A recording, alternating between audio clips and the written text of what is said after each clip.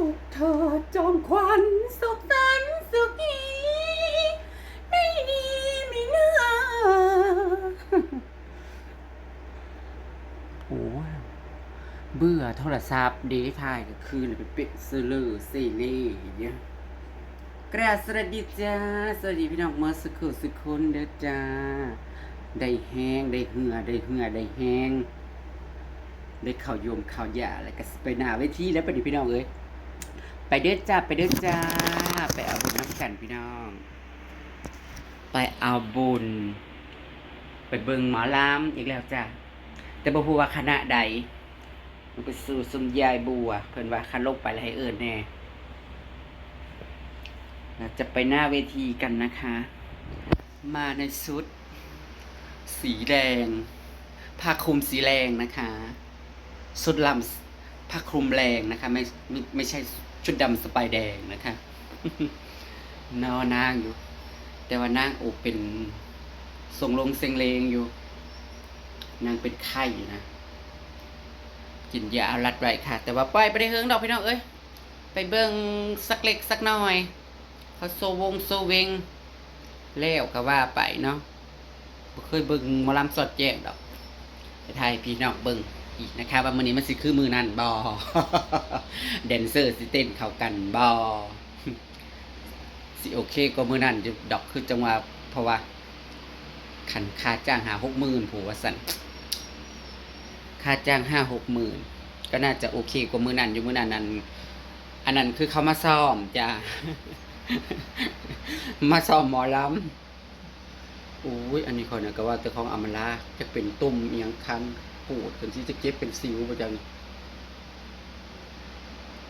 รวมขึ้นเลยส่วนอำมาลาก็พรุ่งนี้จะเดินทางแล้วค่ะคือสิบ่ได้มาปากกระแดงแดงนะพี่น้องแดงแห้งๆแดงก็เดี๋ยวกันร้อนเดี๋ยวเอาออกซะกันเป็นตาย่านโพดแล้วรอนางโอกกันสักแป๊บหนึ่งพี่น้องไปเสียหน้ามาลำนำกันแล้วจ้าถึงงานแล้วจ้ะทุกคนมาสู่ยายบัวพระบามาก็เลยมา2 คนมาได้เซต5 ซุ่มบ่าวบ่าวน้ำทุกคนมาบ่ตุยจับมาหรือเปล่างานก็จะประมาณนี้แหละพี่น้องโอ้ยคนสี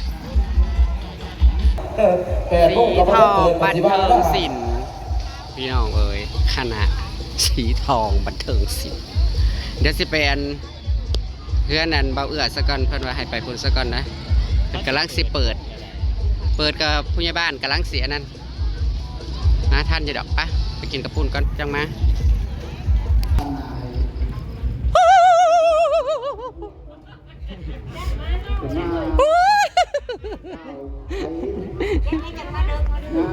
เด็กยังพอจะได้เปิดอยู่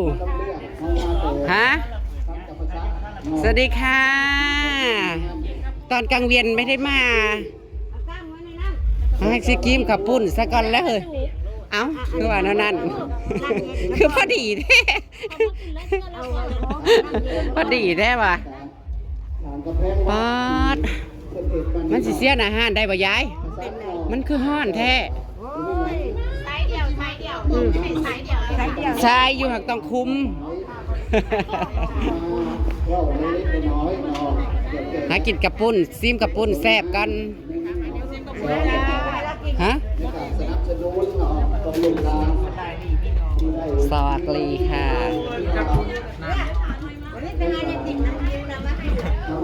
บ่ได้กินแต่กับปุ้นนี่แล้ว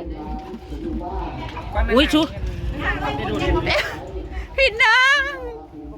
มันคือไปแล้วเกิบคนน่ะเขาเป็นแล้วนี่บ่ได้กินมันเอามันคือรูดกาวมันออกเลยได้แล้วมันจะจบงานอยู่บ่พื้นน่ะยังดีอยู่ไปเต้นมันก็ไปแล้วเต้นแค่คอยเอามื้อนี้นะเฮือดยายบัวนั่นมีเกี้ยงตับนั่งอยู่กลางแดนจักว่าเย็นกว่ากันนะมีเจ็ดจ้าก ลางเว้นนะพวกคนบ่ได้มาทุกคนเพิ่นมากลางคืนนะคนว่ะเฮาว่าสิไปอยู่เพิ่นประโบกนั่งไปนั่งมาอ้อเอาเครื่องก่อนว่ะ กระโดดมาตอนอยู่ในหันละกัน4 โมงแล้วก็มากันเมื่อ ากับ3 โมงเฮาจังได้ออกอันปักซองเฮาก็ได้ กินฟุตสักกันน้ำเลย ชิมดู เดี๋ยวนี้แห้งไป เหล้าน้ำป่าได้เฮ็ด ย่างตายเราเลย คนน้องบ่มีน้อยเนาะ ฮะ คนทำบ่มี ไม่นั่งเราได้แซ่บฮะ หมอเอื้อถามอยู่เพิ่นจักเพิ่นสิมาหรือบ่มาเพิ่นน่ะจักแล้วคันซุมเจ้ามาก็เพิ่นสิมาอยู่บ่จ๊ะ คนเนื้อมาให้เด้ ล้วนเนื้อ คนท่านสายมือ ตุยๆนั่งกินกับคนนะแล้วก็นั่งเลือดแต่บ้องมือ นั่งกินได้ถ้ากินจับเดียวก็จะรับเท้าอิ่มเท้าปั่นนี้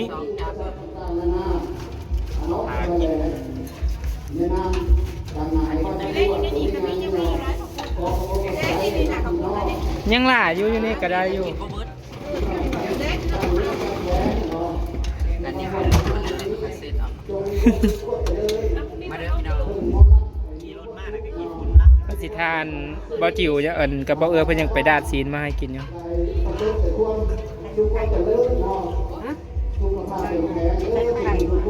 ให้เจ้า อุ้ย นักก้อนไว้ผีมาตำนำยังเจ้ายังสินับเป็นลูกไผ่อยู่ จักแล้วเฮ้ย มาไปจอบลูกไผ่ เอาจักลูกไผ่ถึงแล้วให้จัก ลูกไผก็ยุติในธรรม ลูกไผ่ยังบอกว่ายังแต่งตัวบ่แล้วแต่เบิดมือได้มือเนี่ยแต่งตัวแล้วมันออกมา ไม่ได้เบิ่งดอกเนาะ บ่ได้โพนเอามาว่าแต่งตัวแล้วบอก จิ้มหน้าจอให้มันดับไปเฮานี่2 บาท ยังรวนเนื้อมาให้ อันนี้มาสิเลย ยังก็ได้รวนเนื้ออยู่ มันตั้งบ่มีล่มอยู่ได้มื้อนี้น่ะ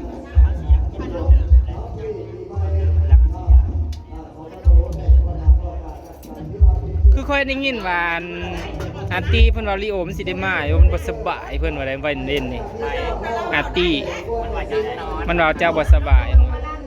จักสิได้เข้ามาหรือบ่มันว่า นี่ก็เมื่อยอยู่ได้ บ่อันนี้มันทันเคยมาหรอวะวงตัวนี้น่ะนี่ถ้าเบิ่งตัวนี้มันสิม่วนบ่นี่อัมบาล่าเตรียมเครื่องสิขึ้นเวียงมื้ออื่น กินมายังได้สบายดีไปได้ สินุ่งสุดมาคาห่างเขืองเราไอ้ คือที่บอได้เต้นสองท่าจนจบเพลงดิ เอาบรรณยุ่งเขายังเต้น2 ท่าจบ บ้านอายุจะเป็นซ้อมค่ะ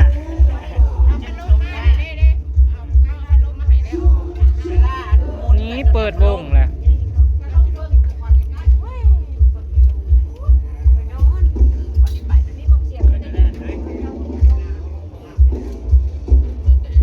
กำลังสิเริ่มเปิดวงแล้วสำหรับ บ้านแต่เสียงตู้กันนะม่วนอยู่ แต่ว่าขี้ฝุ่นเด้อหุ้ยเราไปโฮสต์แต่เดยวนามันทั้งโนอันเดเเพิ่นเสียนตีนม่วนนกลอกเราเอามาเลย ในบ้าน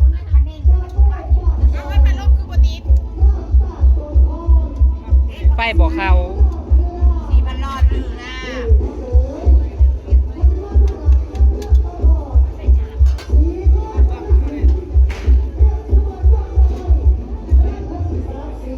จับเดียวกินเงินของมัน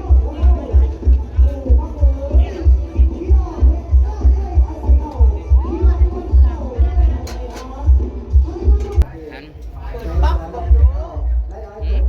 ตัดซีนมาอีกแล้ว ไม่ห้องกับเขาหยามไม่ เช้าเลย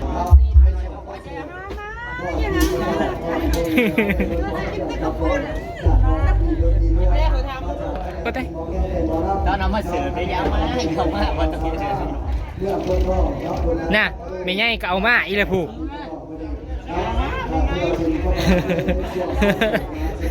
โอ้ยตัดกล้องกินจ้ะเก่งใจเก่งใจ เอาบริจงนี่ไปไปมา ไปมันมาแต่ตู้กินเขาไม่ได้ดัง ว่าทำไมมันหลับ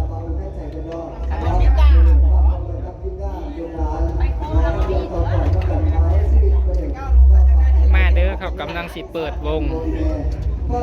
เราเองมากแต่ว่าหมอกเราเพิ่มอีก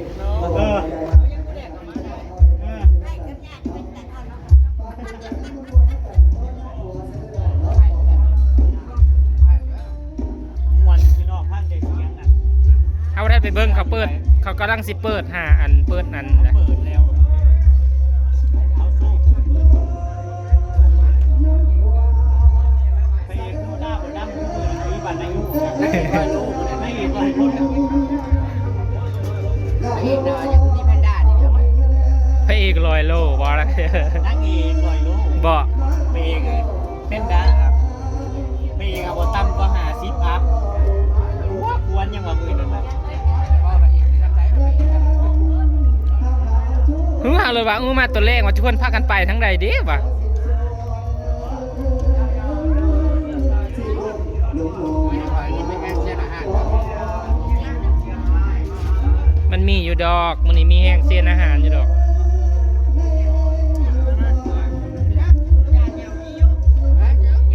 เอาคิด คือว่ามีอยู่ แต่ว่ามันสิอยู่กระเป๋าตัวนี้หรือตัวพุ้น ยังโดน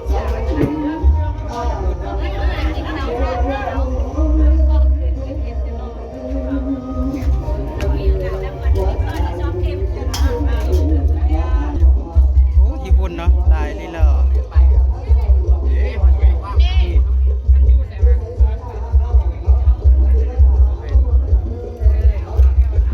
เป็นอะไรเฮ้ยเค็มอยู่บ่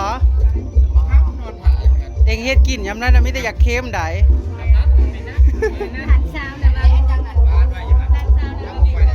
เออ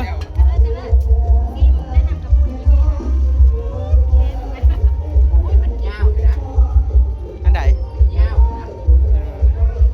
มันยาวอยู่มันหักเสียงมันบ่ดังบ่อันอยู่บ้านนะน้องพื้นน่ะบ่ได้ยินเสียงตึบเลยได้บ่ได้ยินหยังเลย เออแม่นบ่ได้ยินหยังเลย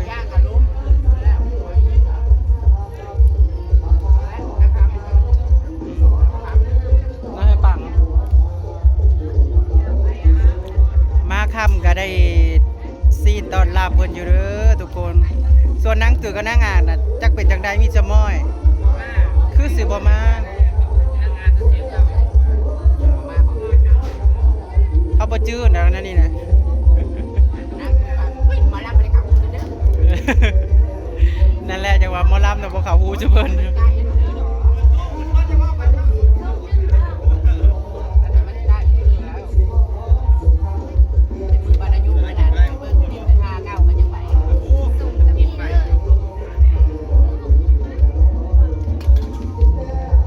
อากินจะได้มีแฮง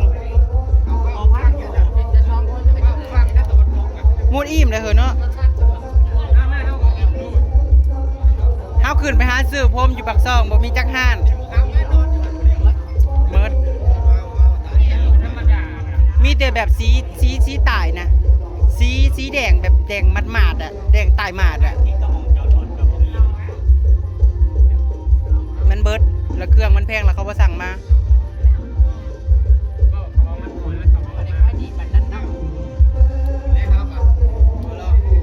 บ่แบบว่าแบบที่เฮาอยากได้นะมันเป็นม่วนเด้อสิ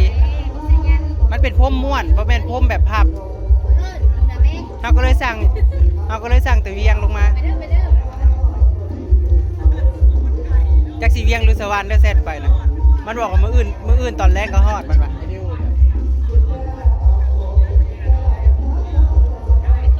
ทางเบิ่งมันสิเป็นทางใดสั่งมานะมันสิงามตามมันในหูปอยู่บ่อิ่มแล้วก็ไปนานในพิธีบ่ไป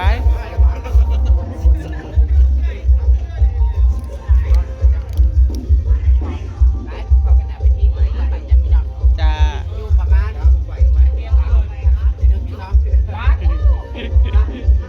อยู่บ่สิไว้อยู่บ่มื้อนี้น่ะ